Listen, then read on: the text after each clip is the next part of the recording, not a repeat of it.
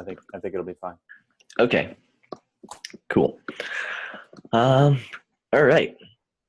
So, like I was saying, I think for today, just kind of go over the proposal that's out there. Make sure kind of like the issues that were like brought up are like addressed, and then hopefully from that, right, it's been out there for a while, so we can start actually making some of these high level issues and start tracking them, and then create, you know, any additional issues along the way for things that come up.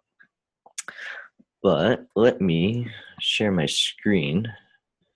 However I do that. Yeah, share screen. This. Interesting. All right, cool. So can everyone see the wiki on my screen? Thinking. Yep, good. Yep. Perfect. All right, yeah. So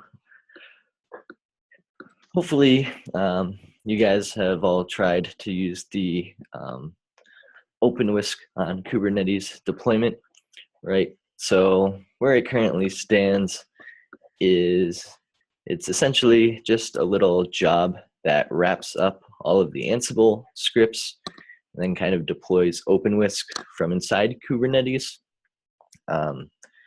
And I did it this way originally because I'd never worked with OpenWhisk before, and coming in, looking at this Ansible stuff, I was like, I have no idea what's needed, what's not needed. So that was kind of the approach I took. But I think doing it was pretty good. Right, kind of like highlighted some of the things that were odd about using Ansible and Kubernetes. And ideally, right, the way I think we'd all like to get to is just having straight YAML files for all of the OpenWhisk components, you know, that can just be deployed like a normal Kubernetes workflow. And so starting off, right, that's going to hopefully be what we had proposed as our short-term epic. Is kind of get all of the components more, I guess, Dockerized, for a better or worse word, and kind of remove the need for Ansible if we're doing it this Kube way, and have stuff kind of be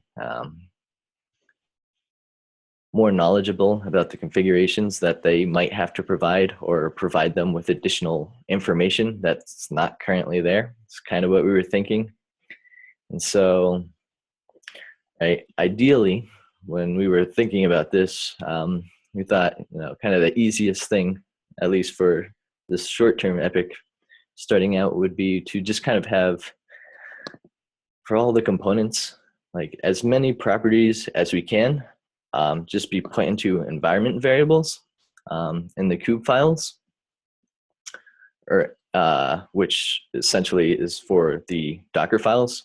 And we were thinking this, right? So if everything's more Dockerized, we were thinking, right, if we do this well, it should also work for, you know, Docker Compose or some other type of way of spinning up Docker containers. So you don't only have to do Kubernetes, right? So we're trying to not rely on a lot of kube specific things that we could maybe cheat and get away with, but kind of build them more into the Docker images was kind of like what we were thinking. Right, and then so just kind of going down, so considerations, right? So everything's in YAML. Environment variables, right?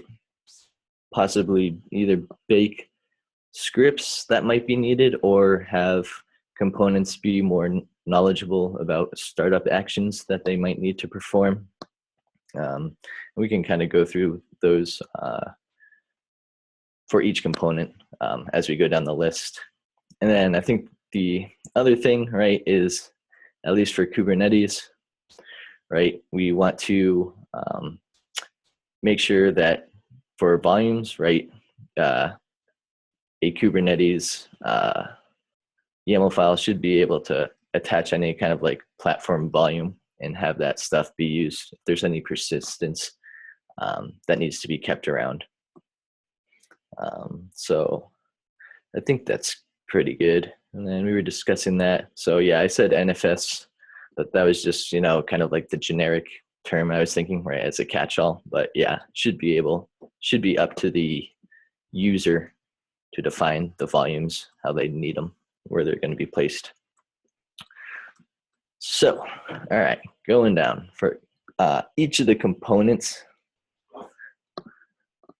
Nginx, right? So there's been some back and forth for Nginx, certainly between me and Ben,